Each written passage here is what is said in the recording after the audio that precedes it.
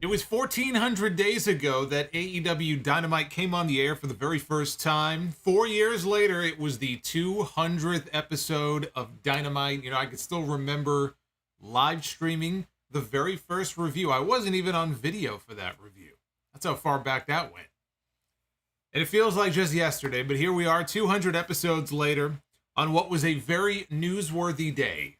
It was really a newsworthy day overall in the wrestling world, but for AEW, it was very newsworthy as Tony Khan was able to lock up 4 of the founding fathers of his promotion. 4 of the original talents that helped really make up the core, the nucleus of AEW from day one. Kenny Omega, the Young Bucks, and Hangman Adam Page. They're all staying right where they are. They're sticking around. There will be no sweepstakes with WWE. There will be no wondering where the Elite may or may not end up. And honestly, it was something that Tony Khan had to do because the last thing he needed was to have that cloud hanging over his head for the rest of the year and people wondering if Kenny Omega might be going to WWE or if the Young Bucks might go to WWE. This puts all the speculation to rest. And they were not the only ones that Tony Khan locked up to new long-term contracts, which we're going to be talking about that here in a second. But it was also a day where we finally found out the first match for the All In show at Wembley Stadium in London, coming up on August 27th. Apparently the main event for All In. We now know that it will be MJF defending the AEW World Heavyweight Championship. He will be doing so against his new best friend and tag team partner Adam Cole.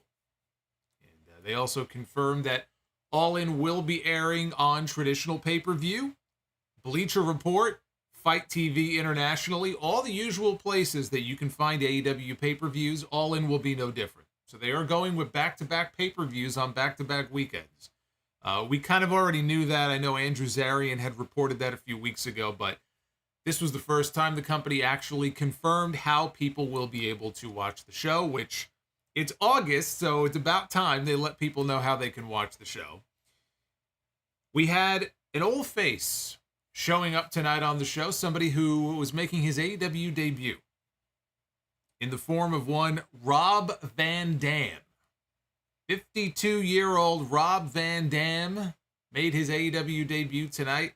And he walked out to his old anthem from ECW, some Pantera, on the way down to the ring. Tony Khan don't play around when it comes to these songs, this music. He wants the true experience. But Tony Khan, he was a huge ECW fan back in the day.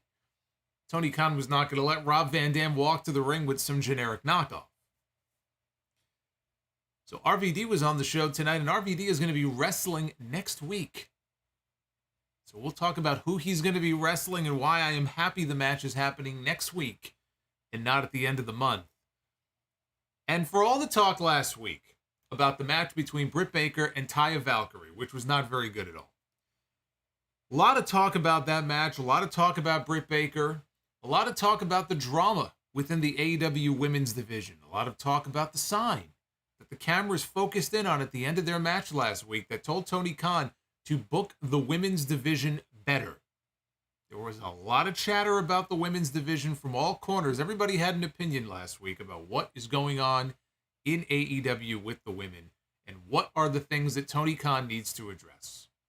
This week, the ladies got the main event spot here on this 200th episode of Dynamite. They were in the main event with Toni Storm, defending her AEW Women's World Championship against the former champion, Hikaru Shida. One time, an AEW Women's Champion never got to perform in front of a live audience because she, like Drew McIntyre, when he won the WWE title back in 2020, did not have the chance to perform in front of actual live fans because of the pandemic. And now, tonight, Hikaru Shida is champion once again. That shocked the hell out of me. I will tell you, coming into the show tonight, I was not expecting a title change in this match. But Hikaru Shida, once again, now a 2-time AEW Women's World Champion. And that tells me I have a little sense of where they may be going here with her at Wembley Stadium. Shouldn't be too hard for you to figure it out either. So a lot was going on this show tonight. There were no matches, I think, that are going to stand out and be remembered, months from now. Nothing like Blood and Guts or the match we got from FTR and Bullet Club Gold on Collision a few weeks ago. There were a couple of really good matches on the show, but it was just, there was a lot going on. It was a very busy show, which is generally the case with Dynamite. That's one of the things I think that makes it different from what we get with Collision, which is kind of more laid back a little bit. Dynamite always has a lot of stuff going on. But I thought overall it was a fun show, and it was a good way to highlight, I think, some of the things that brought AEW to the dance. When we see Vikingo out there and Komander, and they're jumping around and just doing these incredible athletic feats that I don't even understand how it's possible. You get a mix of that with what we got with Jon Moxley and Penta and Trent, who were just killing each other in their Anything Goes match tonight. It was the Jon Moxley special. You got thumbtacks, you got barbed wire, you got blood, although shockingly, not from Jon Moxley, believe it or not. But you had a little bit of everything on this show. I thought it was a good mix of different things. And that really is what brought AEW to the dance at the very beginning. When AEW first was founded, when Dynamite first debuted, it was about giving people an alternative to what they were seeing at the time from WWE. And over time, I feel like they've kind of gotten away from that. And in some parts of the show, they've tried to almost, become WWE light sometimes. Sometimes they can get away from what brought them to the dance. But tonight felt more like an old school episode of Dynamite in that way. But some good action up and down the card. So again, I really can't say too many bad things about this show tonight. Better than last week. I enjoyed it better than last week. This is your AEW Dynamite 200 review for Wednesday, August 2nd, 2023. I am the Solomonster. Thank you for tuning in for your Dynamite coverage here on this channel tonight. Do hit that subscribe button. Do hit that like button. 400 likes is the goal for our Be the Booker segment that we do at the end of a lot of these streams. That is the goal. Only you can help me reach that goal. So hit that thumbs up. Super chats are open. Channel memberships are open. Taylor Cannon, I know you're in there with us tonight. Thank you for the 5 gifted memberships before I went live tonight. Taylor, I appreciate that very much. And I also want to give a plug. If you are a channel member, you currently have early access to the latest AEW Fight Forever Sound Off Gamer, which has been up now for a couple of days. Look who is trying to leech off of my success. That would be Chris Jericho. So if you have missed it, it is up for channel members. It'll be going up for everybody else in a couple of days. But again, members get early access over an hour long. So go ahead and check that out if you have not already done so. Let's talk briefly here about the big news of the day with respect to AEW. Before we get into the actual show here, because there was some big news that broke earlier today.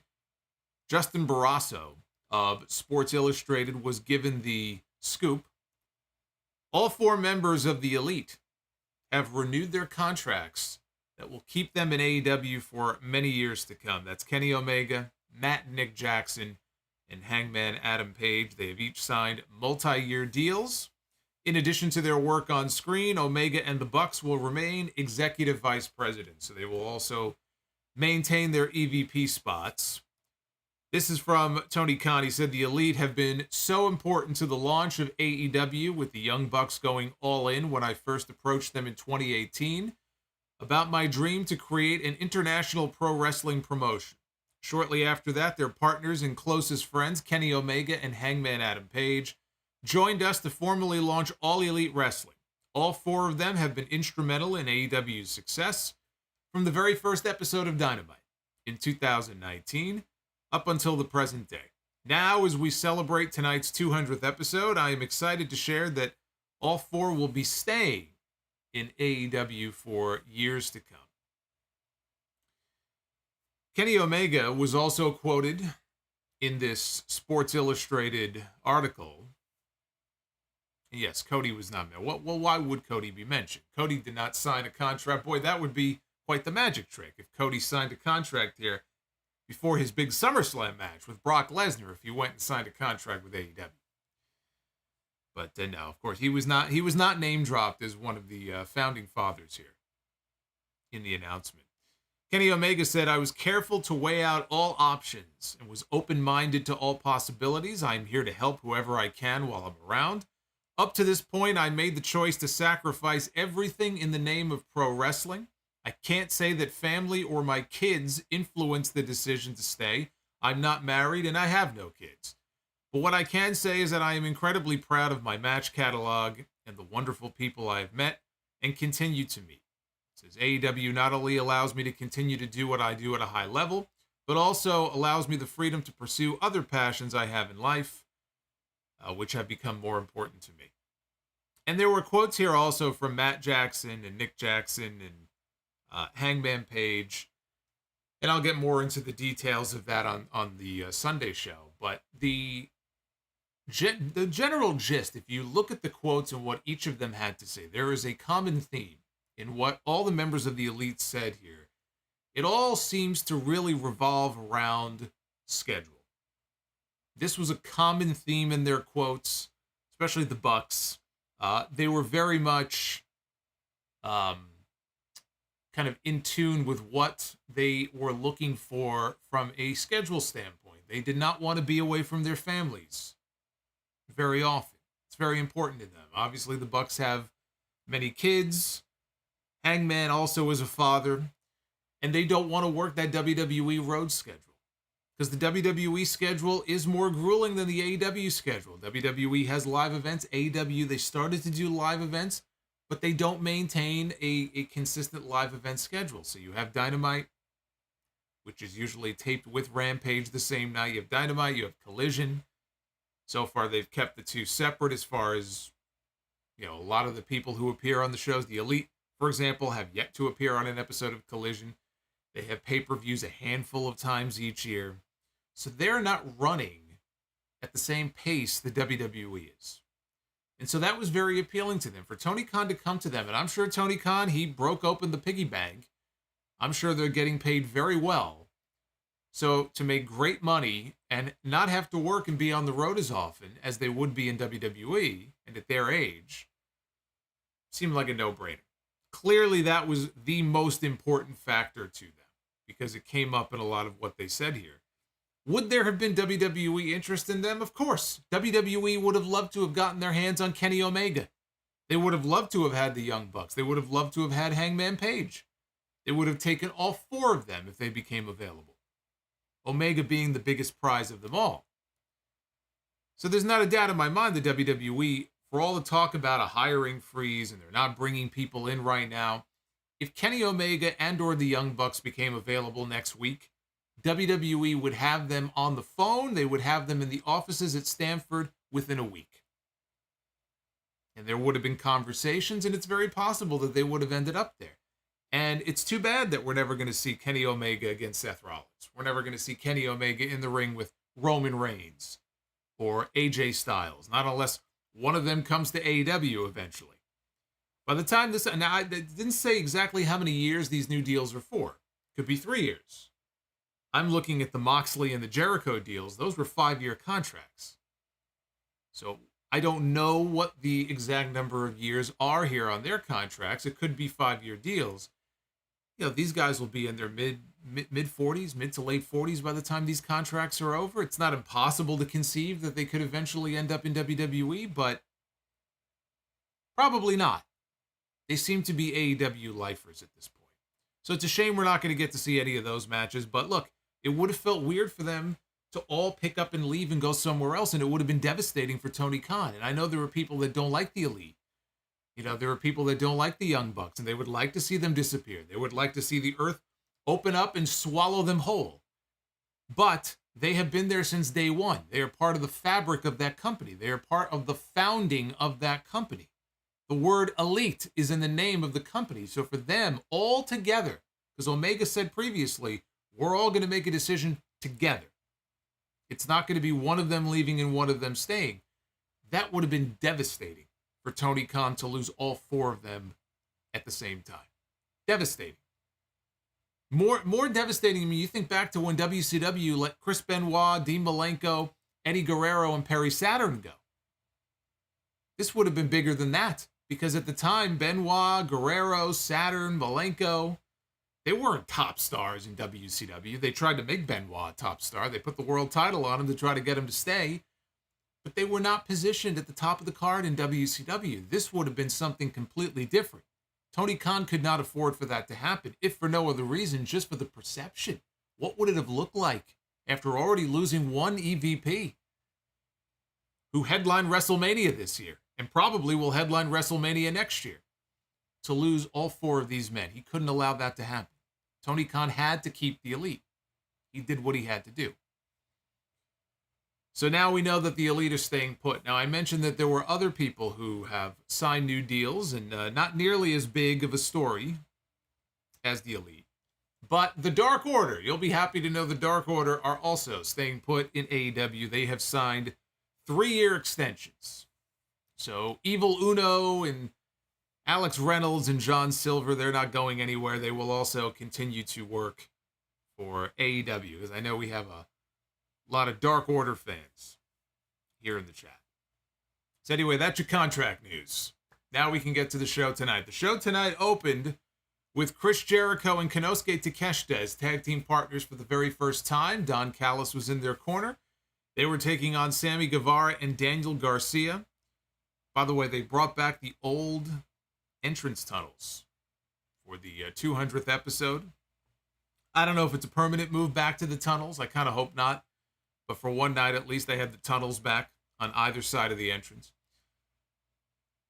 Sammy Guevara was on the very first episode of Dynamite back in 2019. In the very first match on Dynamite against Cody Rhodes. And so here on the 200th installment of Dynamite, he was in the opening match. And he opened the match with Chris Jericho. Guevara and Jericho, they traded chops early. When Garcia tagged in, he was thrusting himself, whatever that gyration is that he does. He was thrusting himself at Jericho. He demanded that Takeshita make the tag, so he did. Takeshita hit a leaping clothesline before mocking the Garcia dance. And with Garcia down, Jericho tagged in. Don Callis tripped the leg, and Garcia ran right into a big boot with Jericho, unaware of the trip, heading into the commercial break.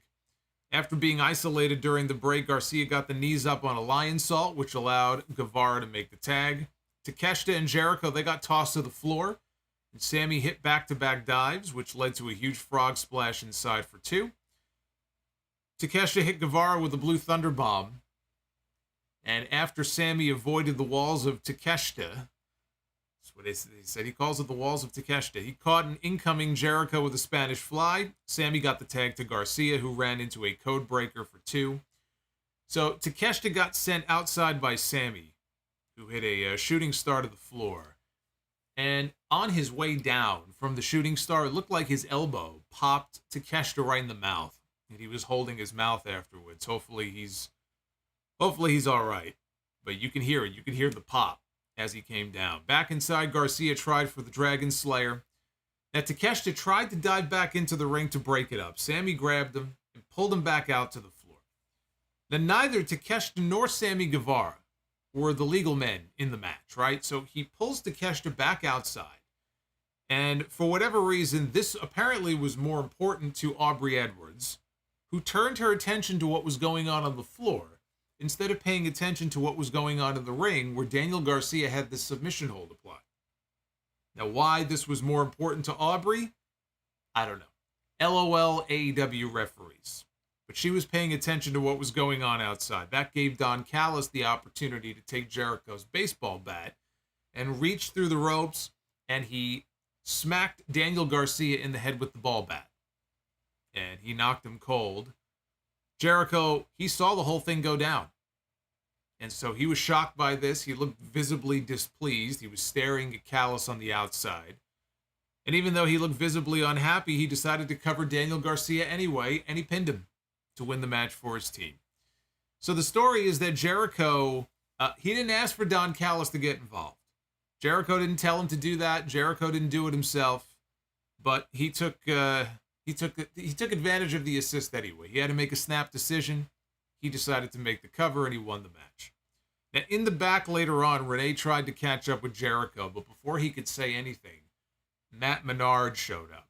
And Menard got to Jericho first, told him next week there would be a mandatory meeting of the members of the Jericho Appreciation Society, and he expected Jericho to be there. So that could be where Jericho makes his ultimate decision here. Is he or is he not going to join the Don Callis family? I think they could probably drag it out for a few more weeks. But the rumor going around, talked about it on the Sound Off on Sunday, the rumor going around is that the match for Wembley Stadium, it's not going to be Kenny Omega one-on-one with Will Ospreay, although Will Ospreay is going to be on the show. The rumor, the belief, is that the match is going to be Will Ospreay against Chris Jericho, which is not the match that I wanted to see. But it sounds like it's the match we're probably going to get. And if that's the case, that to me looks like Jericho will have already made his decision by then, and he'll be the babyface going into that match. We know there's kind of a loose relationship, or there was going into Forbidden Door between Don Callis and Will Ospreay. So once Jericho decides against joining the Callis family, which I'm sure is going to be the outcome of all this, it could be that Callis links back up with Ospreay and kind of sends him in there against Jericho, and that is kind of what leads to the match at All In. So we'll see if next week is the week that Jericho makes his decision. But again, that does unfortunately, looks like it's going to be the match at All In. Again, it's not the match I was hoping that Ospreay would be in. I was hoping they would do Omega Ospreay 3 in Wembley in front of that big crowd, 80,000 plus. It could be a political thing. It could very well be a case where New Japan wants that match on their turf. They want that match at the Tokyo Dome. It all started this year at the Tokyo Dome at Wrestle Kingdom when Omega won the U.S. title, right? Part 2 was at Forbidden Door in Toronto. And maybe New Japan wants the third match. They want the rubber match in January. And if that's the case, that's not Tony Khan's decision. Tony Khan, I'm sure, would love to have the match on his show, but maybe the decision is out of his hands.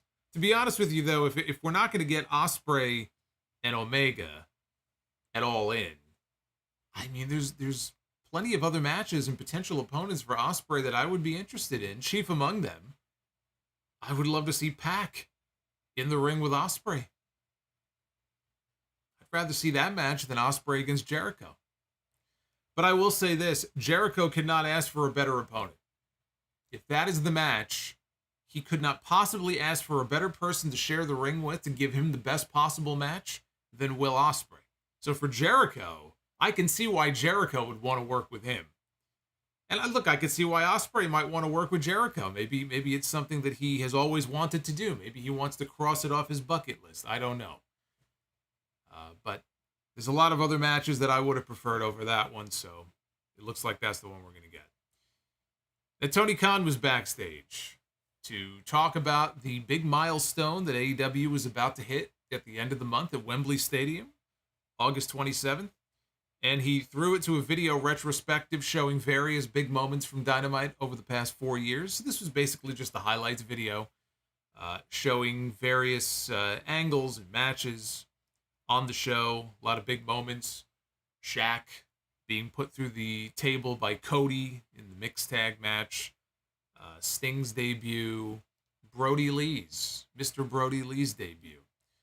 They had highlights of the Brody Lee tribute show after he passed away. The tribute to Jay Briscoe after he passed away. So a lot of big moments. I thought it was a cool video package. I thought we were getting some kind of an all-in related announcement here, but that came later in the show.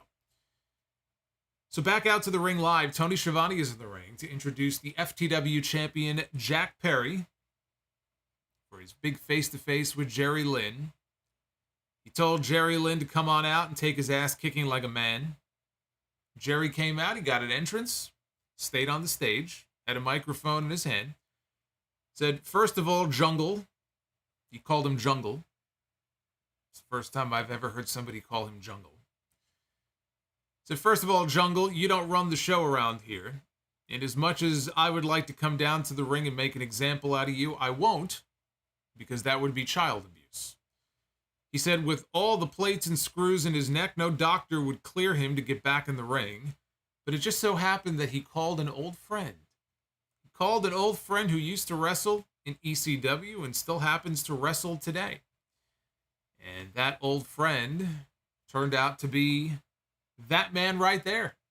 One RVD, Rob Van Dam, making his AEW debut, coming out, walking to the ring to Pantera. Of course, that was his anthem in the original ECW. That was his song.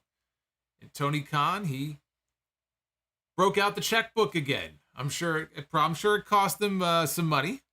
I'm sure it cost him some money to get the song. But Tony Khan has showed he doesn't care. Right? He got Final Countdown for Bryan Danielson at Forbidden Door. It was just the one time. Actually, I think he said he had maybe two uses of it. But Danielson, he broke his arm. So the last time we saw him was at Forbidden Door. So maybe the next time we see Danielson, maybe he'll be able to use it one more time. But obviously, we've seen Tony Khan do this before, whether it's Baltimore for Jungle Boy, whether it's, Jane for Orange Cassidy, or any number of people. He is willing to spend money within reason to get the rights to actual songs. And I think that's very cool. And look, WWE can do the same thing if they wanted to. WWE is making more money now than they've ever made before. They just choose not to. But it's one of the things I like about AEW, because it does add to the presentation. So you heard, and they showed the people in the crowd. Yeah, they were excited to see RVD, but I think they were equally excited if you're an old ECW fan. And there's a lot of people who were much bigger ECW fans than I was back in the day. But you hear that music, and you can just see the smiles on everybody's faces in the crowd. So he came out to his old music and got a big reaction, got into the ring. Jungle Boy, he backed down, he left the ring. RVD and Jerry Lynn, they high-fived each other. They were talking. When Jack Perry made his way back into the ring with a chair, they had a tight camera shot, so we couldn't see him coming until RVD turned around and Jungle Boy took a swing. RVD ducked it, tried for a Van Daminator, but Perry ducked out of the ring, so the kick did not connect. And this is my favorite thing that Jack has done yet since he's turned heel. He ran into the crowd, into the front row. He took a seat next to this woman and her daughter, this little girl, and he grabbed the girl, who I'm sure must have been related to somebody who was on the show, grabs the girl and uses her as a human shield, and then runs off into the crowd. I thought that was great. I thought that was funny. Now, later on, in the back, Renee interviewed RVD, and RVD challenged Jack to a match on Dynamite next week where he teased he would win the FTW championship, and then maybe he would retire it. He would retire the championship. Now, Fightful broke the news earlier today about RVD. They made headlines with their story about RVD, having discussions with AEW, and AEW possibly bringing him in for a match. RVD is 52 years old, and he looks good. He looks good for 52.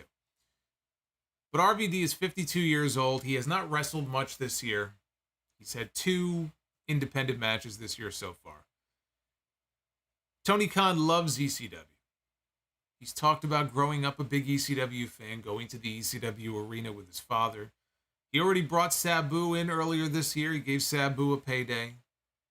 So I'm sure he's loving booking this.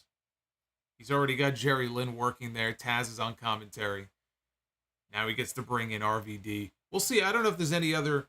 Yeah, I'm trying to think if there's anyone else that would be considered a bigger ECW alumni who's still alive and active other than RVD. Tommy Dreamer doesn't count. Tommy Dreamer would not be a bigger person to bring in than RVD. And Tommy Dreamer, I believe he might still be with Impact. I'm not sure. Sabu, they already did that. As far as like a big name Sandman, I don't want to see that. And again, he wasn't bigger than RVD. So I don't know, after RVD, where do you go from there if you're going to bring in old ECW faces? I'm not sure who else they would bring in. Bully Ray? Great. That's what we need.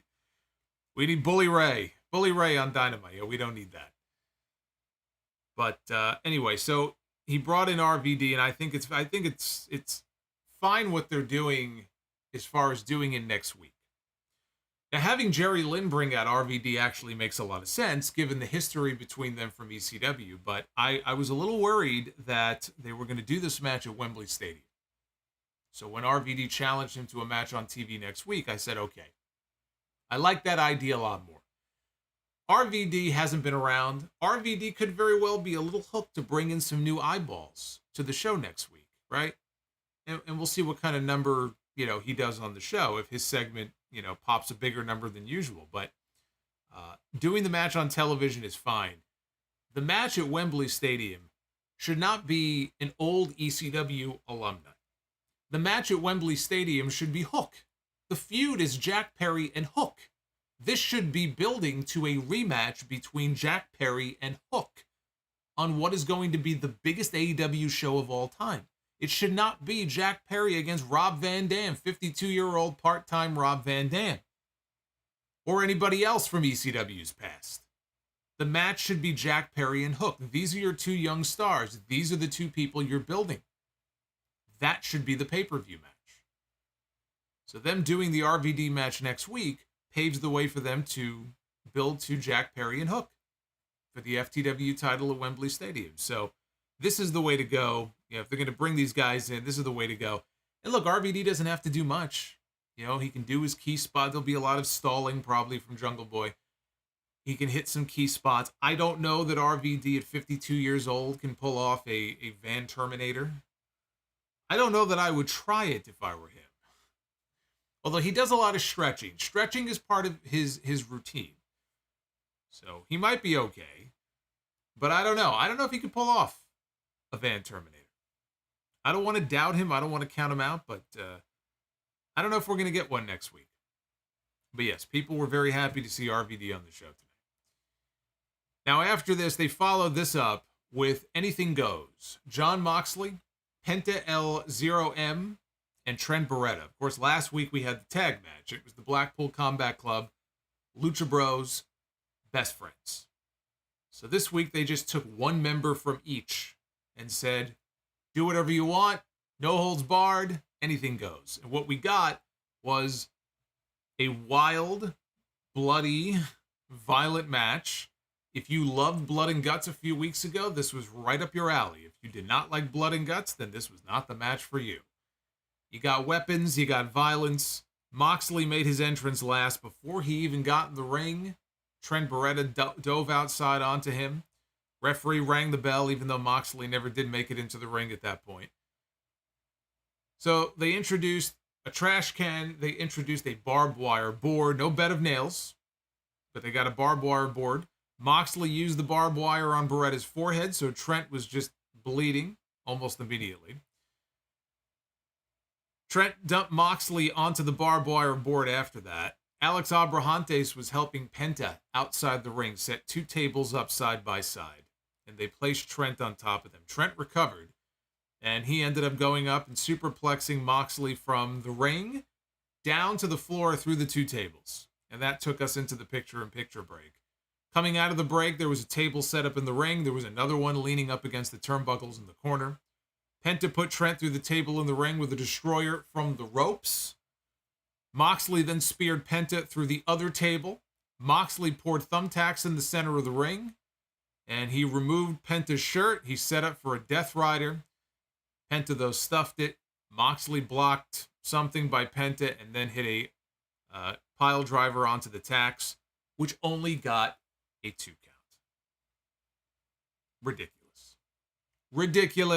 One of the things I hate when they do matches like this, you're going to do a spot like that. How are you kicking out at 2? You're pile driving someone on the fucking thumbtacks, and he kicks out at 2. It has passed me by. It has passed me by. I have to say, I said at the beginning of the stream that they had a good mix of stuff on the show. And they did. They did have a good mix of stuff, but that doesn't necessarily mean that they should have come back with a match like this so soon after Blood and Guts. I mean, we just had Blood and Guts. What was it, 2 weeks ago? And tonight, again, the barbed wire and the thumbtacks, and it's just, did we really need another match like this 2 weeks after Blood and Guts? Apparently we did. Moxley slammed Penta onto the tacks and then hit a cutter on Trent on the tacks. Moxley put Penta down with a paradigm shift. Trent took out Moxley with a knee strike and then pinned Penta to pick up what has to be the biggest win of his career, at least as far as singles matches go. I can't think of a bigger win for Trent Beretta. Now, he took the losing fall, I believe, when these three teams squared off, so this was sort of like Trent's revenge. After the match, Moxley put Trent in a chokehold. Claudio and Wheeler Yuta started making their way down to the ring through the crowd, but they got cut off by Chuck Taylor and Orange Cassidy. They all brawled through the crowd down to ringside. Blackpool Combat Club got the better of Cassidy and Taylor, and Trent dove out onto the BCC from the top rope. Chuck Taylor threw a chair at Claudio, and Orange Cassidy hit Moxley with the orange punch. When all of this settled down, Chuck Taylor grabbed a microphone. He challenged the Blackpool Combat Club to face him, Orange Cassidy, and Trent Beretta in the parking lot at Daly's Place in Jacksonville on Rampage this Friday. Now, they're taping Rampage tonight, but they're in Florida. So they're going to be taping this separately from because I thought maybe Rampage was airing live when I heard this, and I went and I checked, and there is no live Rampage on Friday. So obviously, if it's not already been taped, then either tomorrow or Friday they'll be over at Daly's Place, and they'll tape it then and splice it into the show. The biggest surprise, honestly, of this match is that Moxley was in a match with barbed wire and thumbtacks and didn't bleed. Trent Beretta bled. Penta may have been bleeding. I don't know. The guy wears a mask. Moxley was in a match with barbed wire and did not bleed. I did not see that coming. That's right up there with the women's title change as the two biggest surprises of tonight. Now, the last parking lot brawl that we got, or that I remember, in AEW, the last one that involved best friends, was best friends against Santana and Ortiz. That was 3 years ago. And that was tremendous. That was one of the best AEW matches, I think, of the year. So I'm going to have to check this one out. If it's anything like the last one, I think this one's going to be a lot of fun. The AEW World Heavyweight Champion, MJF, Maxwell Jacob Friedman, was out to the ring next by himself to address the AEW audience. He gets in the ring, and it's weird. When he initially came out, he didn't get that big of a reaction. He didn't get as big of a reaction as you would expect, or that him and Adam Cole got on Collision on Saturday. I still think these crowds, they don't know how to take to him, because everybody has been so conditioned to think that he is so full of shit. All you're doing is just waiting for the other shoe to drop here, and you're waiting for this facade, this mask that he's wearing to fall, and we're going to see the real MJF. So I still think there are people who just don't know how to react to him. So they're being a little hesitant.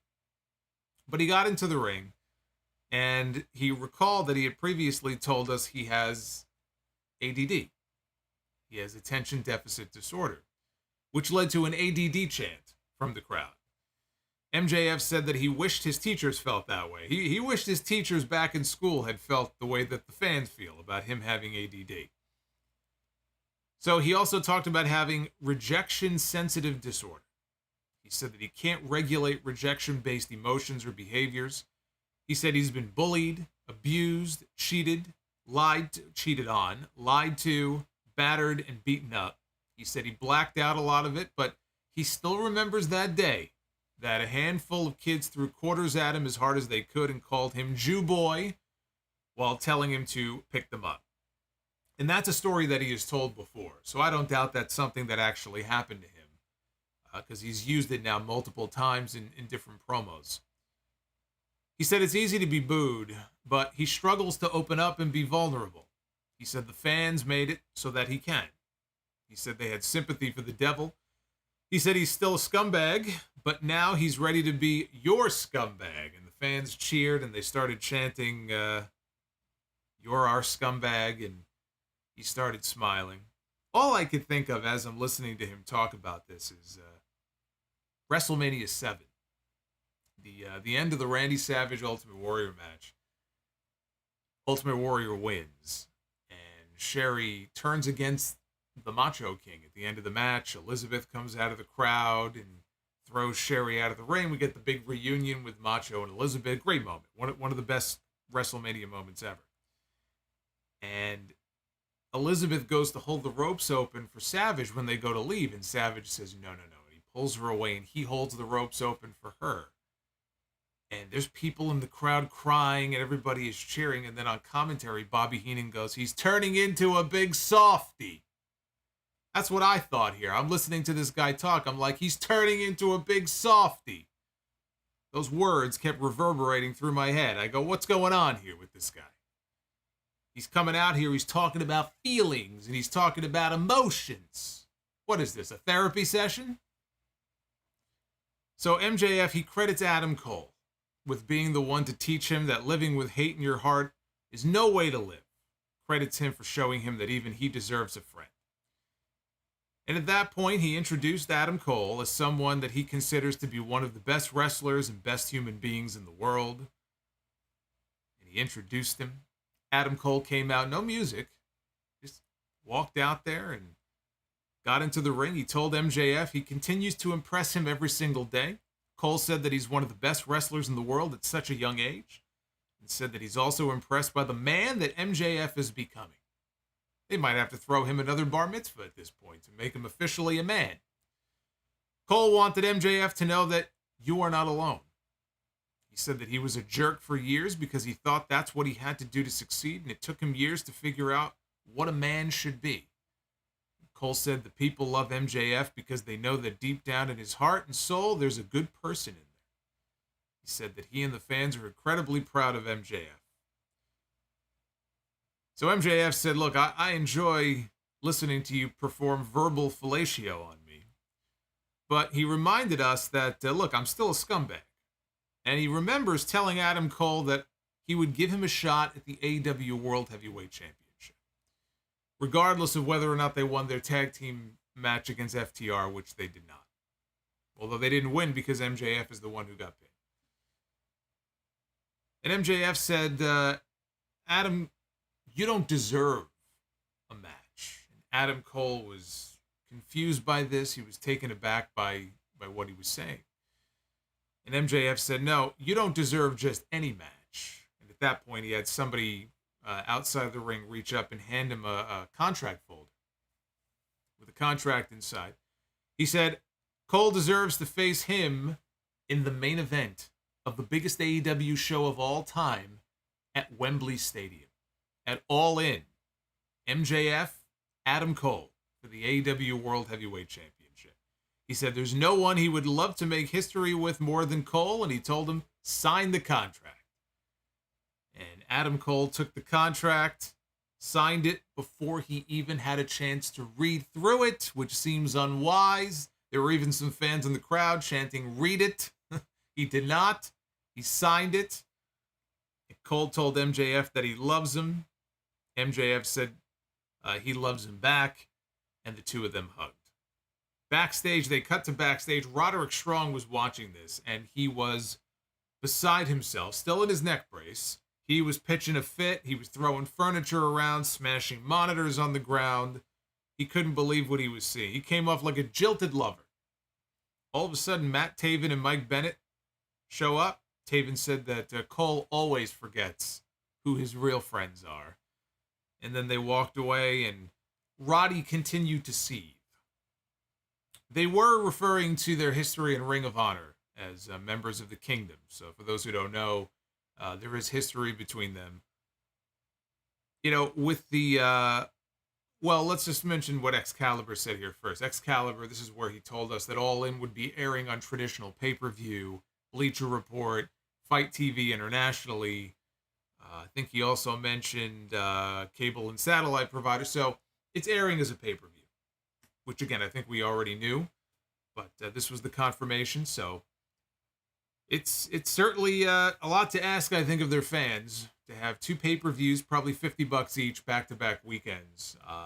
If I had to venture a guess, I would say that All In is going to do a lot better than All Out. But who knows? You know, the AEW audience is very loyal.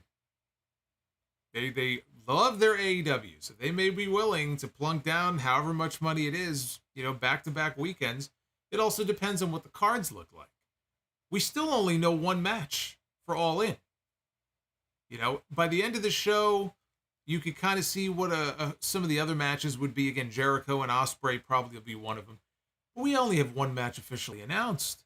Now, there's still 3 weeks or 3.5 weeks left to go, but we know nothing about All Out other than the TNT title will be on the line. It's going to be Darby Allin against either Christian or Luchasaurus, whoever is defending the belt that night. Hopefully Christian. So it'll ultimately come down also, I think, to what the cards look like. But All In, I think, is going to be the one to watch, because even if they don't have a lot announced, it's going to be one of those things where I think people are going to not want to be left out. You know, they're going to build this up as a really special, once in a lifetime kind of event. This is going to be like their WrestleMania 3. When WrestleMania 3 opened and you had that shot from the top of the stadium panning out into the Silver Dome, and you saw all of these people sitting in there, 78,000 plus people sitting in there. And what an iconic shot that was. And they had never had a show with that many people before in the history of that company. And they had run Shea Stadium in some big buildings before. The stadium, what is it, CNE Stadium in Toronto the year before that. Actually, it was that show. They did 60 some odd thousand people in Toronto for Hogan and Orndorff the year before. It was the success of that show that led to Vince McMahon booking the Silverdome for WrestleMania 3. But that was their kind of holy grail moment. That's what this is going to be for AEW. They got to get that big pan shot of that crowd and all of those people sitting in Wembley Stadium, and you're going to have 80,000 plus. And there's still time for them to get to maybe even 85. There's going to be a lot of people there. So, but there's two key takeaways here. Two key takeaways from this segment. Number one, MJF reminded Adam Cole and everybody else that he's a scumbag. More than once, he made that very clear. I am still a scumbag, which I think is a very important point to remember. He also told us, besides telling us what he is, Adam Cole never bothered to read the contract. And that is going to come back to bite him on the ass. I don't know what stipulation might be in the contract. I don't know. We can speculate on what MJF may have put in there. But whatever it is, I'm sure he put something in there that is going to ultimately work against Adam Cole. Question is, again, how does Roderick Strong fit into all this? They're showing him on television. He's always, angry and pissed off. Adam Cole can't see through this guy. Clearly, he's going to factor into this in some way. So what are they going to do? Are they going to have Roddy cost Cole the title? That would seem like one of the more obvious outcomes here. MJF and Adam Cole, they don't turn on each other. It's actually Roderick Strong who ends up costing Adam Cole the championship. Do they have Cole and Roddy? Both. This whole thing has been a ruse, with Roddy acting all angry every week. Maybe they're together. Maybe they're in cahoots, because they both know that MJF, or they think that MJF is full of shit. So they get to him before he can get to them. MJF comes out of this as the babyface, and Adam Cole comes out of this as the heel. That's another possibility, where they fuck over MJF instead. But what I love about this is, I said at the beginning, I think there are people who they see MJF out there acting like this, and they won't let their guard down because they don't trust this guy. They don't trust MJF. So every segment like this, you're kind of on guard and you're waiting. You're just waiting for someone to turn on someone, for something to happen. And so far it hasn't. So it makes every segment that they're in front of that live crowd must see, because every week you're waiting, okay, this is going to be the week, and then it doesn't happen. So I like that aspect of it. As far as All Out is concerned, we had CM Punk make those comments on Collision. He's made more than one comment about MJF. It is still weird that MJF has not addressed CM Punk. Not even some kind of like cryptic comment or anything like that. You had CM Punk go out there on that show on Saturday and say, I'm the real world champion, and pull out the AEW world title belt. And he's mentioned Max by name before. MJF was in the same building as him on Saturday, and never came out, was not interviewed backstage, didn't tweet about it, didn't say a word about Punk. That was weird enough. And I know they're not working together at this moment, but it's just weird. Just logically, if you look at it, why would he not be addressing what CM Punk was on Collision saying when he called himself the real world champion? So still no mention of Punk from MJF here on this show.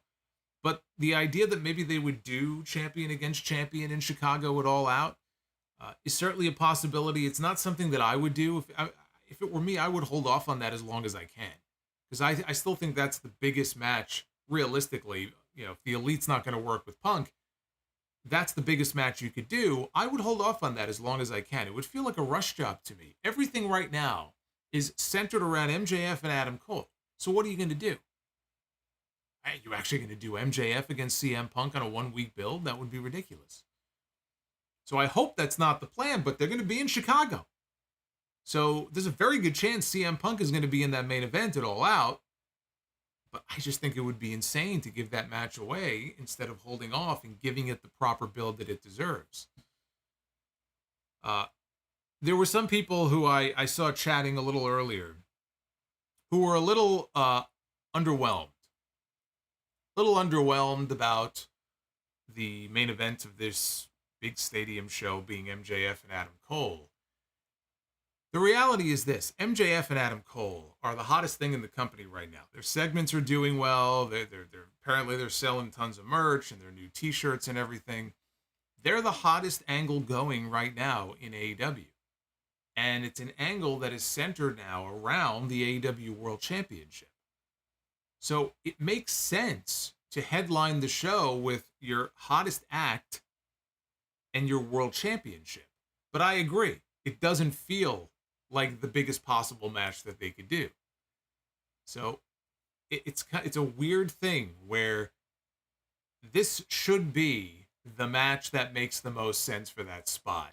And it still doesn't feel like, for a show this big, like the biggest possible match they could do.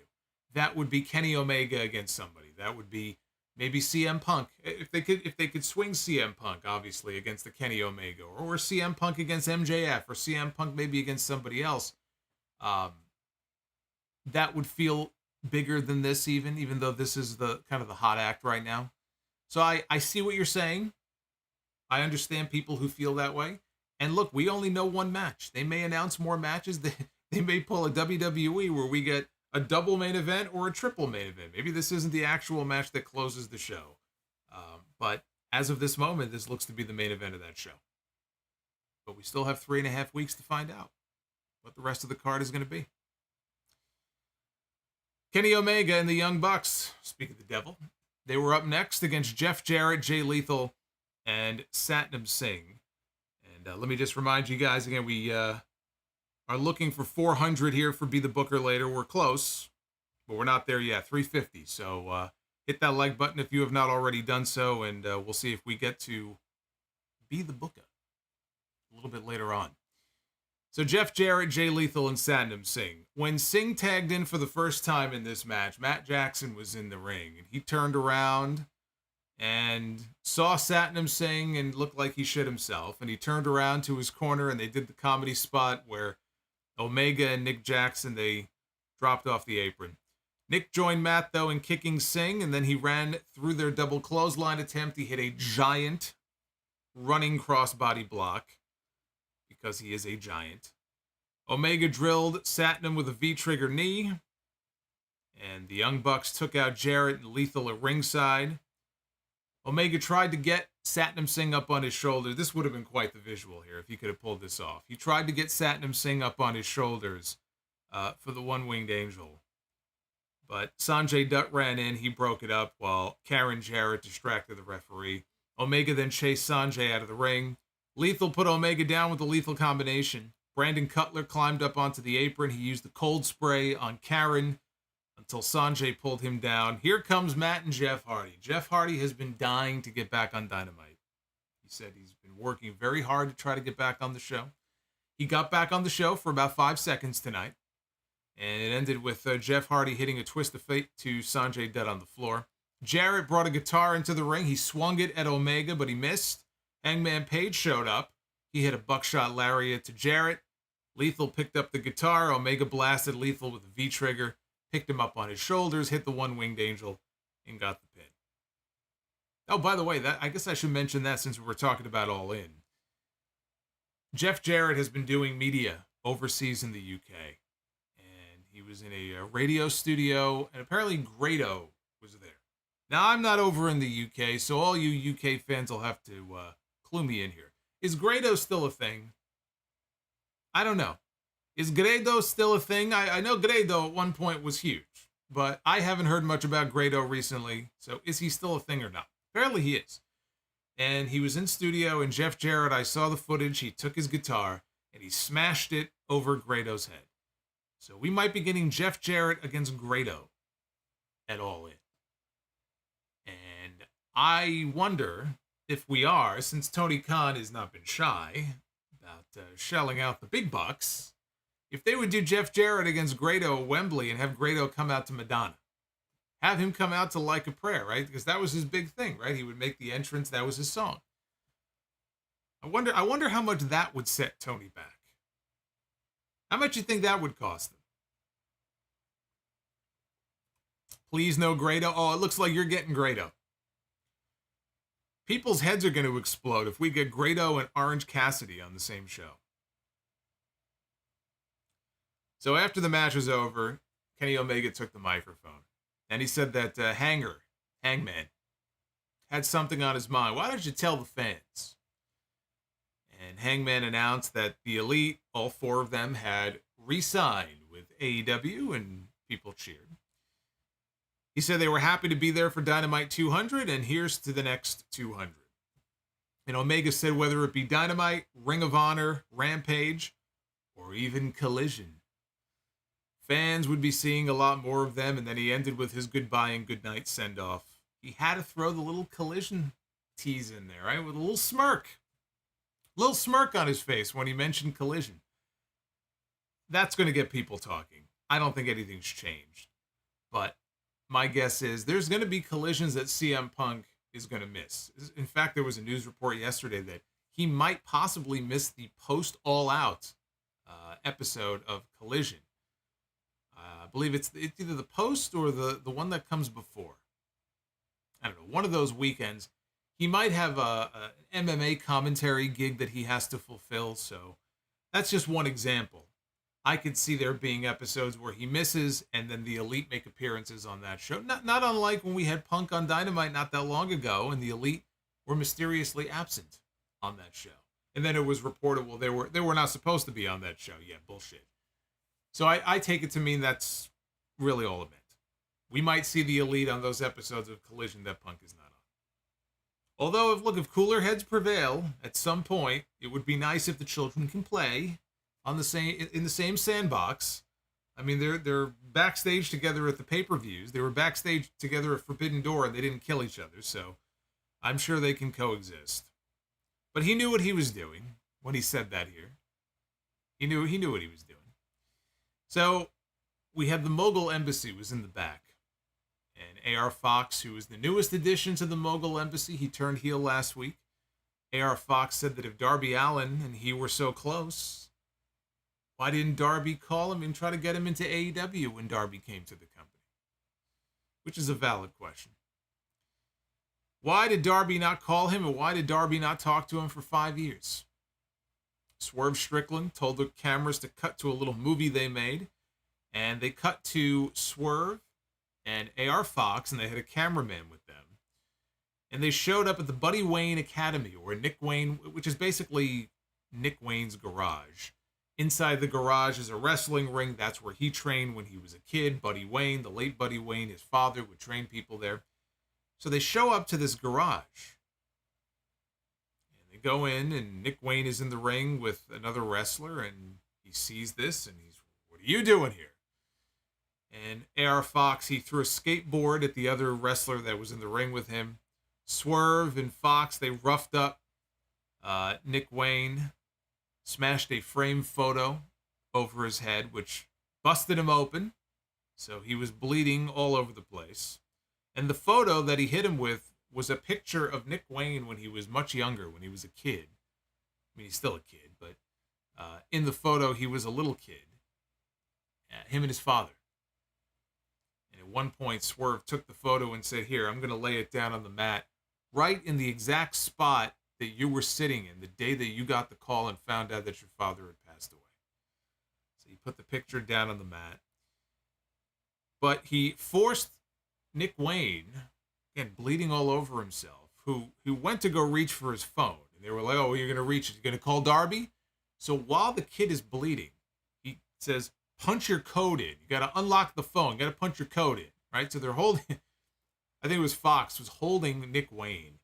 And he's typing in his passcode for the phone. And then Swerve says, "Now call Darby." And he pushes a button to call Darby Allin. So now Swerve is standing in the ring. He's got the phone. Darby answers, thinking that it's Nick Wayne. Swerve tells him that it's not Nick Wayne. Tells him to shut up and listen, or something even worse is going to happen to him.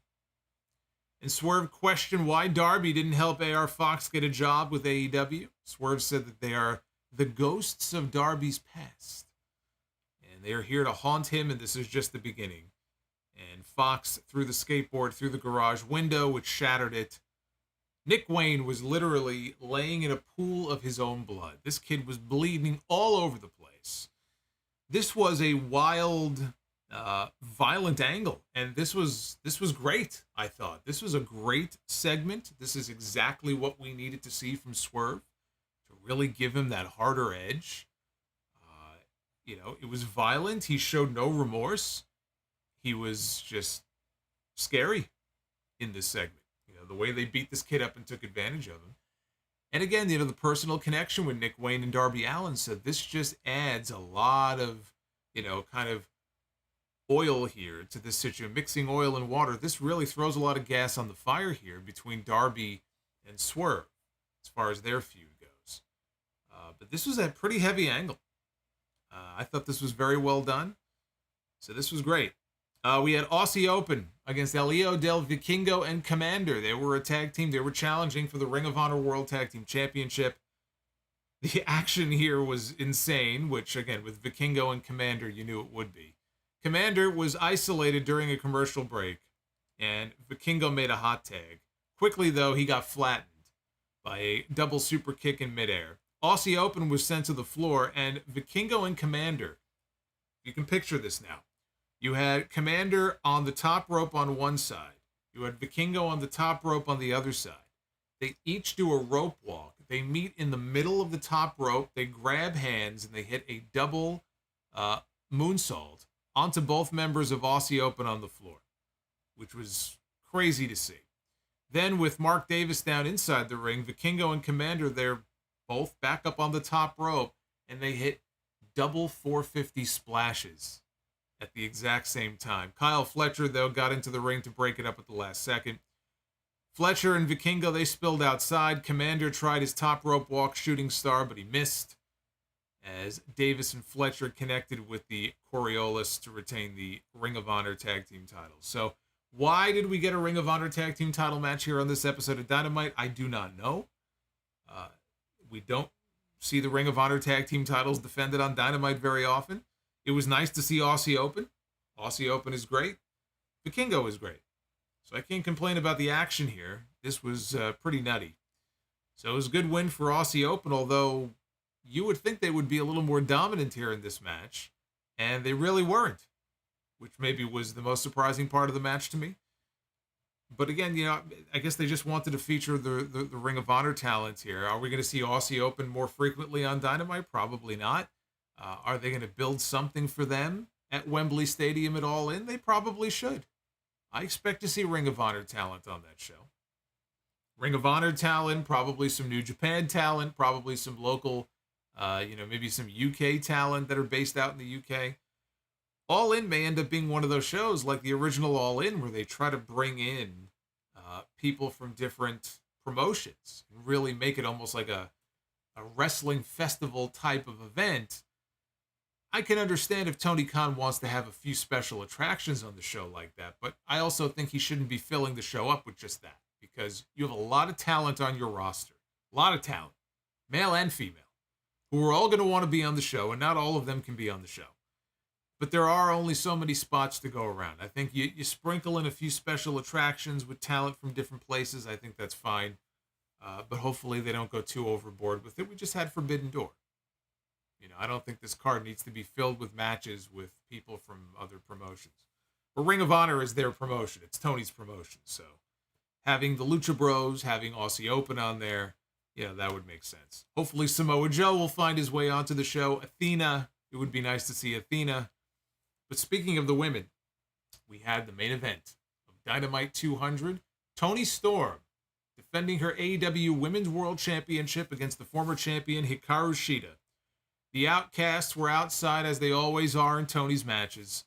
Storm got control, hit a running hip attack to send Shida out to the floor to get beaten up by Ruby Soho and Saraya, which led into the final picture-in-picture break of the night.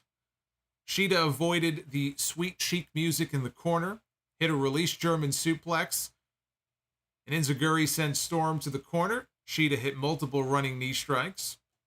She hit a missile drop kick for 2. Shida wanted a superplex. Saraya, though, took the referee, while Ruby Soho tripped up Shida, and Storm connected with a tornado DDT. Toni Storm connected with a violent sweet cheek music. I will always watch that with amazement. How she does not give her opponents whiplash or a broken neck. Because she comes in full force with that hip attack in the corner. This was no different. Shida, though, still had fight left in her. Both ladies had a battle of chops and forearms until Shida popped Storm with a pumping knee and Falcon Arrow for 2. Saraya then tossed a kendo stick into the ring, and it was on the mat in between both women. Right in front of the referee, by the way. Right in front of Paul Turner, who did absolutely nothing. Because LOL AEW referees. So Storm dared Shida to use the kendo stick. Because if she did, she would get disqualified, and then she wouldn't win the championship. So instead, Shida smacked Ruby on the apron with the kendo stick. As the referee turned to take the kendo stick away, Toni Storm blinded Shida with the spray paint right in the eyes. And then she hit the Storm Zero, went for the pin, and Shida kicked out at 2.5. And it got a great reaction because everybody thought the match was over. I thought the match was over. And what a lame way that would have been to end the show. But she kicked out. So many times before, we've seen her and the Outcast win matches that way. So it was a great near fall. The people reacted big to it. Storm wanted another Storm Zero, but Shida was able to backdrop out of it and get a high stack for a flash pin. And just like that, we have a brand new AEW Women's World Champion. And they shot off confetti. And she celebrated with the title in the middle of the ring. So for all the times that we have seen the Outcasts interfere in each other's matches over and over and over, I mean, to the point of just it was nauseating how many times we see this in their matches. And I get that they're heels, but it gets old after a while. It finally blew up in their face. It finally blew up in their face, and it worked against them. And in the end, it cost Toni Storm her championship. It was not enough for her to pick up the win. I was not expecting a title change here. When they announced during the show that this was going to be the main event, though, I should have suspected that they might be ending the show with a title change. But coming into tonight, I was not expecting that. So that was a big surprise to me. Look, there wasn't much of a journey for Shida to this point. There really wasn't. There was not much of a story to get to this match. She's been racking up wins for the past 3 weeks or so on Rampage. I think most recently she beat Nyla Rose. I know she's beaten Marina Shafir. She beat somebody else. So she racked up a few wins on the, I was going to call it the B show, but what would you call Rampage at this point? I mean, if you have Dynamite and Collision and they're A and B, depending on which one you think is A and which one you think is B, I would call them both A. I would say they're both A, and Rampage is the B show. So she's been racking up wins on the B show, but when was the last time we saw Shida on Dynamite? Right? Not very. I can't remember. Honestly, the last time she did anything meaningful on the show. And then boom, just like that, she's on Dynamite challenging for the Women's Championship. She's been absent from the main shows, for so long.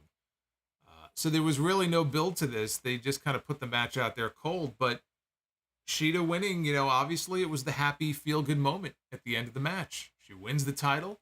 People in the building got to see a title change they probably were not expecting, and the Outcasts, they got their comeuppance for all the interference in everybody's matches. They finally got what they deserved. So, it made for a happy moment to close out the show. But what I'm happy for, as far as Shida goes, I'm happy for Shida because Shida, she never had the chance to wrestle in front of live crowds. When she won the championship the first time, it was during the pandemic. And so you had no fans in the buildings. You had no fans at Daly's Place. Maybe towards the end there, they had people in the crowd, but it was the wrestlers. They didn't have real fans in the crowd. And it's the same thing with Drew McIntyre. Drew McIntyre was the hottest he had ever been at the beginning of 2020. Remember when he dumped out Brock Lesnar at the Royal Rumble? What a huge reaction that got.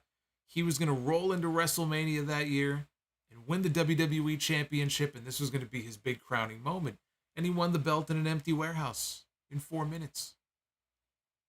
And for the duration of his title run, he had to perform in front of no fans. He had to perform in front of a bunch of screens. And they didn't even have screens until later that year. So he got to miss out on that whole experience of being able to win the title in front of a live crowd, big stadium, defend the championship in front of fans. That's what wrestling is. Wrestling is built off of reacting and feeding off of the live crowd, and he didn't have that opportunity. Neither did Shida. So now she's going to have the chance. It might only be for a few weeks, but now she's going to have the chance to actually defend her championship in front of live crowds. And the live crowd tonight was pretty responsive to her. They liked Shida. They were happy for her when she won. But I don't know that she's going to have that belt for very long. Now, there could be a rematch in store with Toni Storm, but, we're heading into the UK. We're heading into Wembley Stadium. I'm looking ahead and I'm thinking the match we're going to get at Wembley is probably going to be Shida defending her title against Saraya. And I would not at all be surprised if Saraya walks out with the AEW Women's World Championship. I think that may be what they're planning. And it sucks that Jamie Hayter is hurt because that should have been her spot. The match should have been Toni Storm and Jamie Hayter. And I don't have any doubt in my mind that if Jamie Hayter was not hurt and she was cleared and ready to come back, this title change would not have happened tonight. The reason this title change happened is because Jamie Hayter is hurt. So they decided to go in a different direction. But if she was ready to come back in time for that Wembley Stadium show, we would be getting Jamie Hayter winning the belt back from Toni Storm at the end of this month. And it sucks that she's not going to be able to be there. And it sucks that apparently she's going to be gone for the rest of the year. Although Tony Khan was asked about that by PW Insider earlier. He didn't give any specifics. He just said they're hoping to have her back, soon. But the belief is that she may miss the rest of the year. So we're not going to see her for a while. But hey, one person's loss is another person's gain. That's the way the wrestling business works. One person goes down, there's always going to be somebody else to step right into that spot. And Shida was the beneficiary of that. Now, Rampage on Friday has Chuck Taylor and Trent Beretta against Jon Moxley and Claudio. It's going to be a parking lot brawl at Daly's Place. If they really want to ratchet up the danger in this match, they should do it in the NXT parking lot. Since they're all together down there in Florida, so they wouldn't have to go very far, right? They're in Winter Park, I think. Why don't you do it in the NXT parking lot? Anna Jay one-on-one with Sky Blue. Swerve Strickland and AR Fox will be in action. Keith Lee and the Hardys take on Kip Sabian, the Butcher, and the Blade. So that's Friday night. The Saturday night, AEW Collision, head-to-head with SummerSlam. Good luck with that. CM Punk is going to defend the Real World's Championship against Ricky Starks, Special Enforcer, Ricky the Dragon Steamboat. FTR defend their AEW Tag Team titles against Big Bill and Brian Cage. And Chris Statlander defends the TBS title against Mercedes Martinez. So not a bad card for Saturday for Collision, but I don't know how many people are going to be watching that. I have no idea I have no idea when I'm watching it either. SummerSlam is going to take up the rest of the night, and then I got a podcast to do the very next day. So most likely, I'll be very quickly trying to cruise through Collision on Sunday morning so I can at least know what is going on here, and I can comment on the CM Punk stuff, if nothing else. But I would love to know if Tony Khan went to Warner Brothers Discovery and requested to put Collision on earlier on Saturday, if he was rejected or if he never bothered asking. It's a ballsy move. If he didn't bother asking, it's a ballsy move not to move the show up and do it from 6 to 8 instead of 8 to 10. But I'm sure they're going to take a hit. I said the other night, they're probably going to set their DVR viewership record on Saturday. They're probably going to set all kinds of records for DVR on Saturday. And Dynamite next week, so far, the only match announced is Jack Perry defending the FTW title against Rob Van Dam, and that will be under FTW rules. That's right, the Diaz and Jake Paul fight is also on Saturday. I know that because Logan Paul wanted to go on first against Ricochet and then fly to, is it Dallas? I believe Dallas is where the fight is taking place. His goal, if his match goes on first, he said his goal is to go, not even shower, he'll be in his gear, he'll go right from Ford Field to, I guess, a private plane, and try to get to Dallas and get there in time to walk to the ring with his brother. So that's right. There's a fight that night as well. A lot of competition on Saturday. That's going to be a very busy night. Yes, FTW rules, for those who don't know, FTW rules meaning there are no rules. I believe those are the FTW. It's like the tribal, what are they calling it again? Tribal combat at SummerSlam. What is tribal combat? Tribal combat means you can pretty much do whatever you want. That's what it means. The poll for tonight, 81% thumbs up for Dynamite 200 and 19% thumbs down. So an excellent score for the 200th episode. At Solomonster on Twitter. Go ahead and vote. Hey, who's that guy? Look who that guy is. Hey, the Winston Slip. Thank you for the super chat. Appreciate it, my friend. Who is that guy? In the bandana. Looking all swole. I know that guy. All right, let's see what you guys are talking about on your super chats. We'll start with Tuxedo T Servo. It's Ricky Starks. You've got to be kidding me. Nigel legit got me to laugh out loud at that on Collision. Perfect over-the-top enthusiasm. I said that was my review on Sunday. I said that was a great moment. Yeah, Ricky comes out. No music or anything, and he says, I want a proper entrance, so forget that you saw me. And he goes to the back, and then they play his music, and Nigel on commentary is like, oh my god, it's Ricky Starks. I said, this guy gets it. This guy knows how to play alone. Lady Fire Panda, thank you for the $21 super chat. Very kind of you. It says, yes, 200 episodes of Dynamite is great and all, but I got one question. Do you smell what The Rock is cooking? Hey, Fire Panda, do you think The Rock might be at SummerSlam on Saturday? What do you guys think? Timmy Too Dope. Swerve and AR Fox were the best thing on the show. That segment was a lot better than it had any right to be. I thought that segment was awesome. And it's just wild to me. I can't not look at them and not think of Killshot and Dante Fox. I automatically, my mind goes to Lucha Underground when I see the two of them together.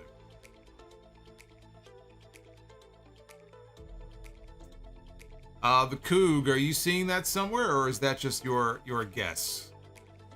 Because they've been building up Moxley and Orange Cassidy. So I'm not sure about Moxley and Eddie Kingston at all in. Nick Grosso, I'm really surprised Hikaru Shida won the women's title, but I'm not that happy because I know where they are going with it, and that is Saraya beating Shida at All In for the big London. I think you and I are thinking along the same wavelength. That's my initial thought. Mr. Notorious Chico says, to me, Miro is okay. Don't really see the big deal with him, but Keith Lee, you have a man who can talk, wrestle, has charisma, and doing nothing with him, shaking my head.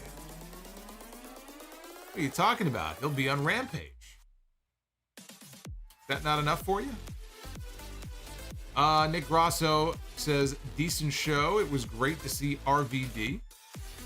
Great to see Mercedes. Hey, AJ just subscribed. Welcome, AJ. Says, it was great to see RVD, and hearing Walk brought me back to my childhood. Very surprised Moxley did not bleed during his match. Must have forgotten his blade at home. His blade? Fucking barbed wire in the ring. He doesn't need his blade. Barbed wire and thumbtacks just laying all over the ring. Mr. Notorious, wish the Elite, for selfish reasons, would have at least two more... Wait a minute. Wish the Elite for selfish reasons. I think he said he meant would have left. For at least 2 years to go to WWE and then return. I just feel the Young Bucks have feuded with everybody twice.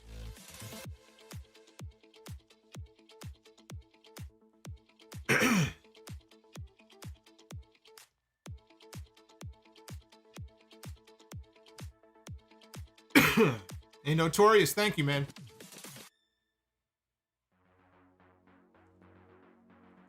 Yeah, I mean, you know, they've been there for 4 years.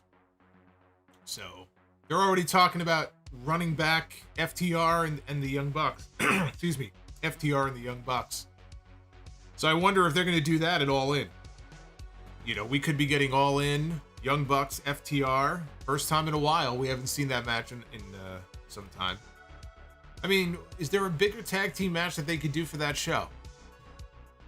I mean, given the tag teams they have, what would be the biggest possible tag match that they could do? All right, you've got Bullet Club Gold, but Young Bucks and FTR, right, probably would be it. The Mount Vernon kid, Christopher Bennett, was it just me, or did the Ring of Honor Tag Team Championship match feel one-sided? Yeah, it was weird. I think I made that comment during the review. I felt the same way. Roscoe P. Coltrane. To our favorite streamer, thank you as always. Hey, Roscoe. Appreciate you, brother. Big Armada 1988. Can anyone explain why AEW is booking Roderick Strong to look like a jealous ex-girlfriend? No, he looks like a default call. Remember what MJF said last week? You know, booking him like a jealous ex-girlfriend, I'm starting to think could very well be the fix is in. It's all part of just a put-on by him and Adam Cole. They're going to drop the hammer on MJF. I mean, that would be a unique twist to the story if it's all just him pretending to be upset, but he and Adam Cole are in on it together. Naughty Delicious Chicken with Flavor, congratulations, two-time women's champion Hikaru Shida.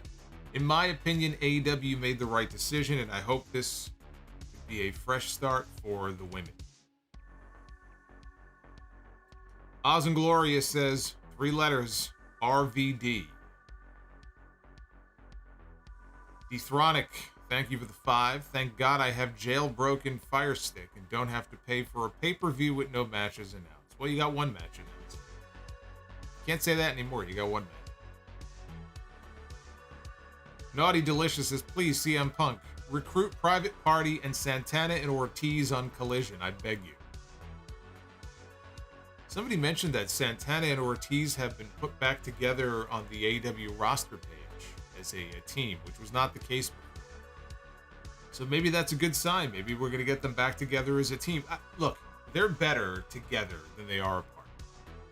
As far as, you know, giving them the best chance, I think, to succeed and do something meaningful on that roster. Tony Khan dropped the ball with them the first time. There's no doubt about that. They should have been AEW Tag Team Champions a long time ago. But I still think that they're better together than they are going to be split apart. Ortiz, for example, what has Ortiz been doing? Ortiz has been doing nothing. Best thing for both of them would be to get them back together as a team. Nick Grasso says, I'm just going to throw something out there. What if Adam Cole turns on MJF and starts a new group with the Kingdom and Roderick Strong joins as well? I don't have any interest in the Kingdom. That does nothing for me. Dylan Hensley, our head trainer at AAPW, is old school, so taught us the importance of psychology, and moving forward, we'll learn when and why to do certain moves. I think your head trainer has the right idea. Your head trainer sounds like a really smart guy. So listen to whatever he has to say. No, I don't think Mark Quinn is back. Boomerang, I don't think Mark Quinn is back yet. He's been gone for a long time. Now that I think about it. I did see him, though, actually a few months ago. He popped back at one of the House of Glory shows. He was just there to hang out and watch.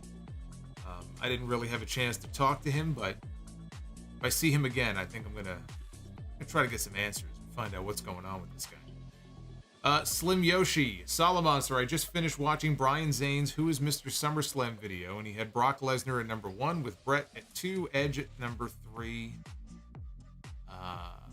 Okay, that's the first. Cena at number 4, Randy Orton at number 5. Who do you believe is Mr. SummerSlam? I think I've talked about this before. I think I have Brett as my Mr. SummerSlam. I mean, Brett and Brock, I think it's one or the other. You can't go wrong with either one of them. Brock Lesnar or Bret Hart. But, you know, Brett from the very first SummerSlam, but I look at him, the Brainbusters match in 89 was excellent. 2 out of 3 falls against Demolition in 90 was excellent. 91 against Mr. Perfect, classic match. 92 at Wembley against Bulldog, classic match. 93 against Doink was actually not a bad match. 94 cage match with Owen, I mean, speaks for itself. Speaks for itself. And even 97 against The Undertaker is a classic match as well, with a pretty classic finish. Brock has had a lot of great matches and memorable matches at SummerSlam. The squash of John Cena, the match with The Undertaker, the match with CM Punk, the match with Kurt Angle in 2003, The Rock in 2002. Trying to think in more recent years, that 4-way with Roman and Strowman and Joe. What was that, 2017 was that? Last year, Last Man Standing with you know what? Now that I think about it, maybe I would put Brock above Brett, because he's had more matches than Brett has. So I might move Brock into the top spot. But to me, 1 and 2, whatever order you put them in, I think has got to be Brock and Brett. Retro KOH says, signing that all-in contract will end up being the biggest mistake Adam Cole ever made. He never read the contract, and he's going to regret trusting MJF. Could be right. I think could be right. 27-27 in-ring promos, charisma. Who is better, Hardy or Punk?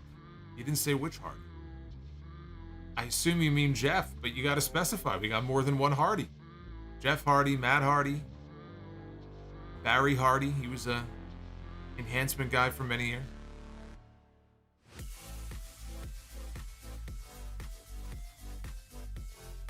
As far as in-ring promos, charisma, Punk. B Money says, I just had 2 questions for you. What in the world are the Mets doing? And have you seen the Kevin Owens interview with Ariel Helwan? Is that new, the Kevin Owens interview? Because if so, I have not seen it. What the Mets are doing, I would love for somebody to tell me. I don't know. I haven't even been able to watch any of the games, aside from the ones that are on regular TV, because my service stopped carrying SNY. They're having some sort of dispute. So I haven't seen very many games on television since July 1st. And frankly, I think they're doing me a favor, because I don't need to be watching. Zachariah Sitchin with the 1999. I'm happy for Shida, but not so much for Saraya challenging for the title at All In, because she barely wrestles. I mean, she's got no momentum. LOL, I'm just really missing Jamie Hayter. So call me a hater. Shida ought to retain. The Winston Slip. Current era, who has your favorite wrestling attire? That's an interesting question. Favorite wrestling attire? Whatever FTR was wearing a couple weeks ago. They were wearing the Hart Foundation gear. They had the Hart Foundation skulls on the back and everything. Can I pick? I know it was like a one-time thing. Am I allowed to pick that? Because I'd probably go with that. Zachariah says, during Dark Side of the Ring last night, I made a new drinking game. Every time you hear Vince Russo say bro, take a drink or a shot, depending on what you are drinking. Well, if you play that game, I would recommend not drinking alcohol. Otherwise, that is not going to be a very good night for you. Yeah, I'll have a lot to say about Dark Side of the Ring on Sunday, as you can imagine. I already said something about it on Twitter earlier. Libido Bell is back. I got to talk to Lex Luger at the con. I asked how he got so swole. He said 5 days in the gym and plenty of protein. We both laughed because, quote, protein. Yeah, there you go. Protein and salads and just healthy eating. There you go. A lot of grilled chicken. Probably a lot of vitamins too, right? Yeah, I'd like to get my hands on those vitamins. Luger is the one who I heard many years ago had the trick where I think he said before he would go out for his matches, he would have Reese's Peanut Butter Cup. Because there's something about the Reese's Peanut Butter Cup that would make vascularity come out on his arms. Something with the veins. So he would actually eat one of those before he would go out, and then he would just look like completely jacked. So I don't know what it is that's in there, but apparently it's, I don't know if it's the sugar. I don't know. I don't know what it is. Dr. Scorpio says Shida did not deserve the win. She was not a good champion, and then she won't be good. Oh, she was not a good champion then. She will not be a good champion now.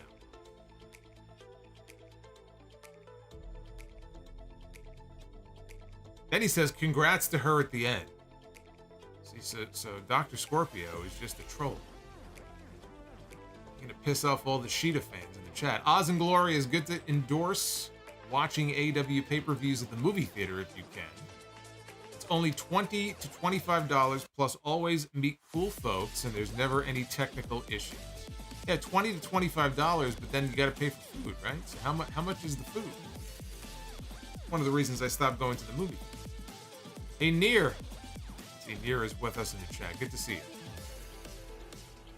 And Trill Mexican with the $10 super chat. Hey, Solo, I could be wrong, but I doubt it because I was there live. But Hikaru Shida did defend the AEW Women's title at Double or Nothing 2021 against DMD in front of a large crowd. Happy that she is a two-time champion.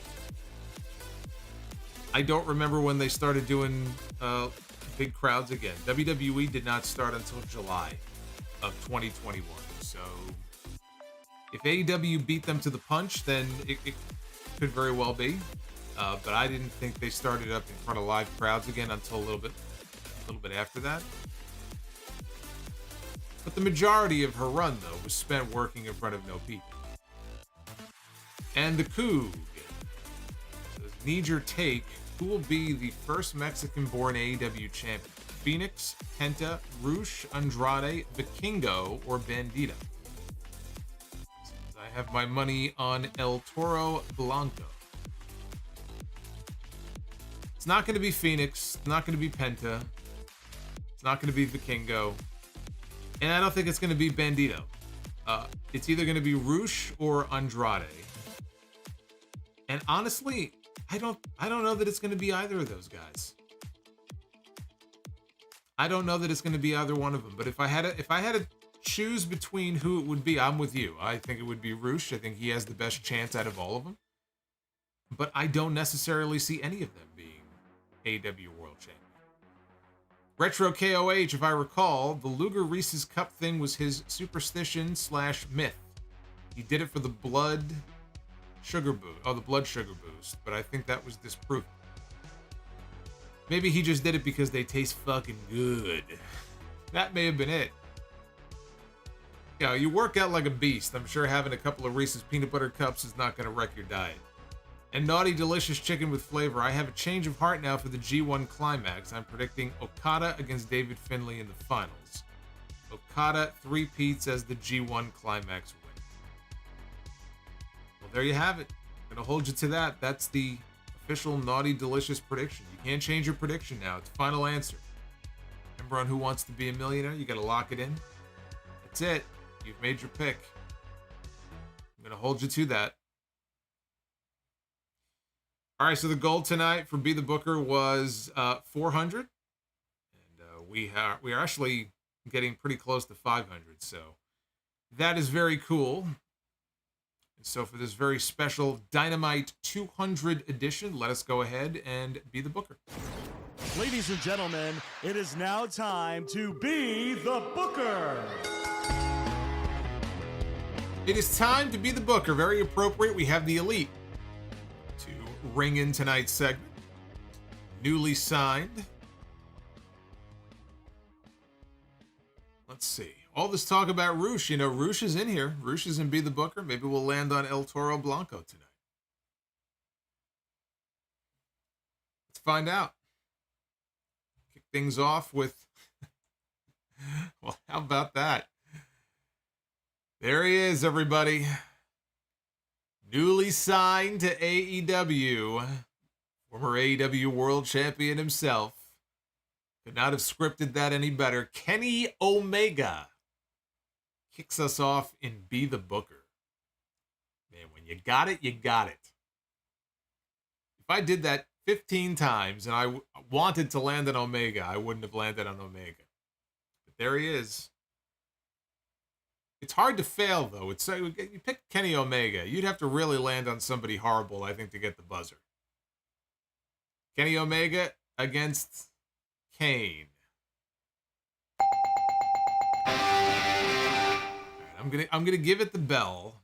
Not this version of Kane. This was the last version of Kane. It was not very good.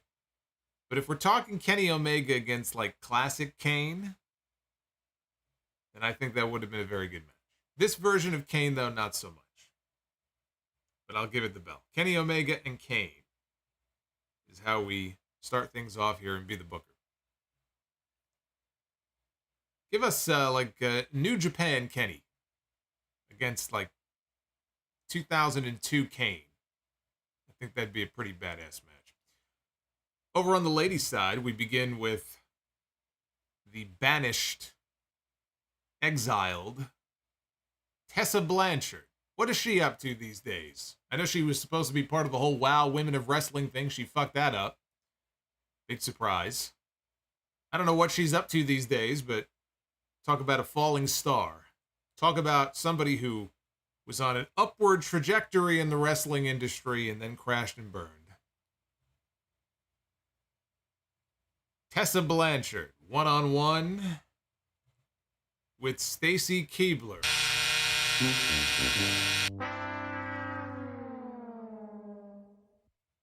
That's a big pile of nope. That actually sounds like a terrible match.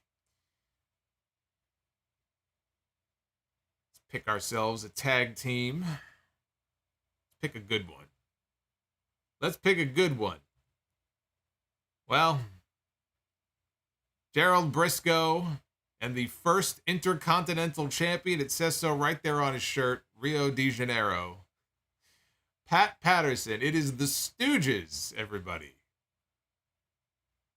It is the Stooges.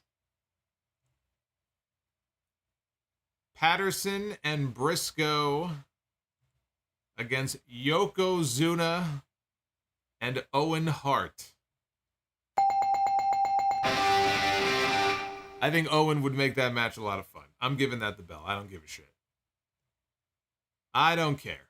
Owen and Yoko against Patterson and Briscoe would be entertaining as all hell. I'm giving that the bell. 2 out of 3 for Be the Booker. And again, the women drag us down. I don't know what it is. I don't know what it is with the women's Be the Booker. This is terrible. People are shocked. They are shocked that I gave that the bell. You mean to tell me you wouldn't want to see Yokozuna give Pat Patterson a bonsai drop? You wouldn't want to see the shenanigans that would ensue with Owen Hart? No, I didn't say New Japan Kane. Clean your ears. I said New Japan Kenny Omega against 2002 Kane. There is no such thing as New Japan Kane. Now that I think about it, I don't even know what that would look like. What would New Japan Kane look like? I can't even fathom that. Dr. Scorpio, congrats on that Indie Outlaw Mud Show blood-loving secondary company reaching 200 episodes the long way. That's what Triple H would say. Trail Mexican says, Double or Nothing 2021 was the first time AEW were at full capacity. I used to go to the pandemic shows at Daly's Place, and then they started traveling back on the road in July with a show in Miami. So there you go. Del Fuego was there tonight. So glad I got to see some TNA wrestlers tonight that I haven't in 10 years. Naughty Delicious says Omega versus Kane. Jim Cornette, Kevin Patrick, and Wade Barrett doing color commentary for the match. What a group that is. Kevin Patrick, Wade Barrett, and Jim Cornette. Jim Cornette doing a Kenny Omega match. Well, that would be most interesting. Do you think he would be able to bite his tongue and contain his sheer hatred for the man to even pretend to put him over on commentary? Could Jim Cornette control his murderous rage if he was forced to be on commentary for a Kenny Omega match?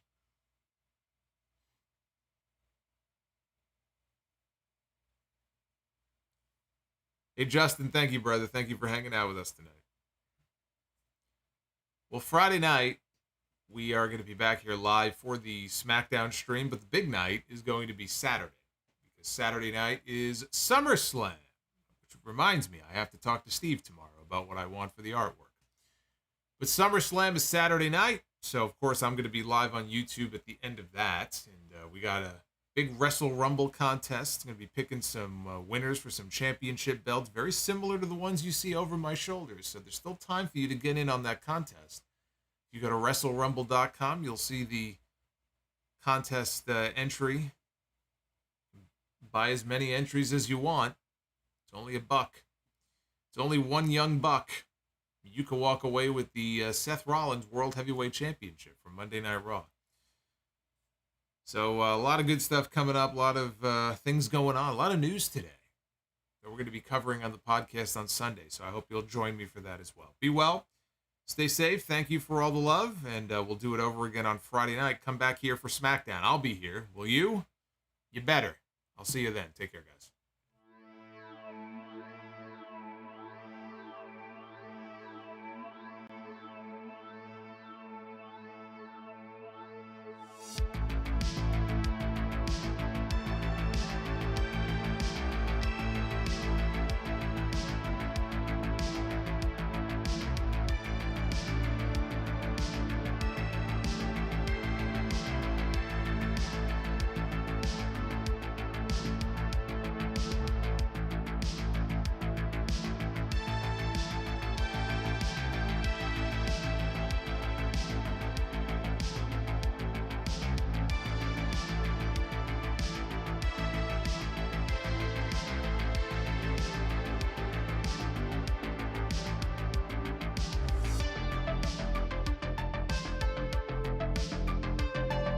Did I really say New Japan Kane?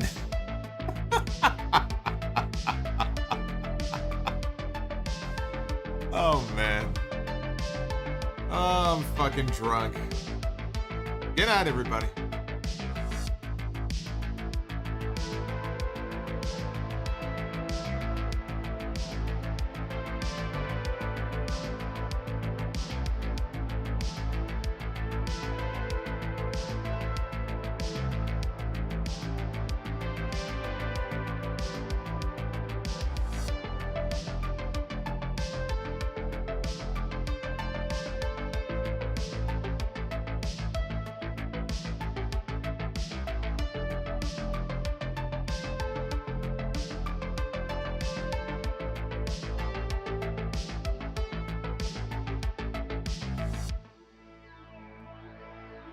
Hey, Casper, thank you for the $4.99, man. I did see the first take.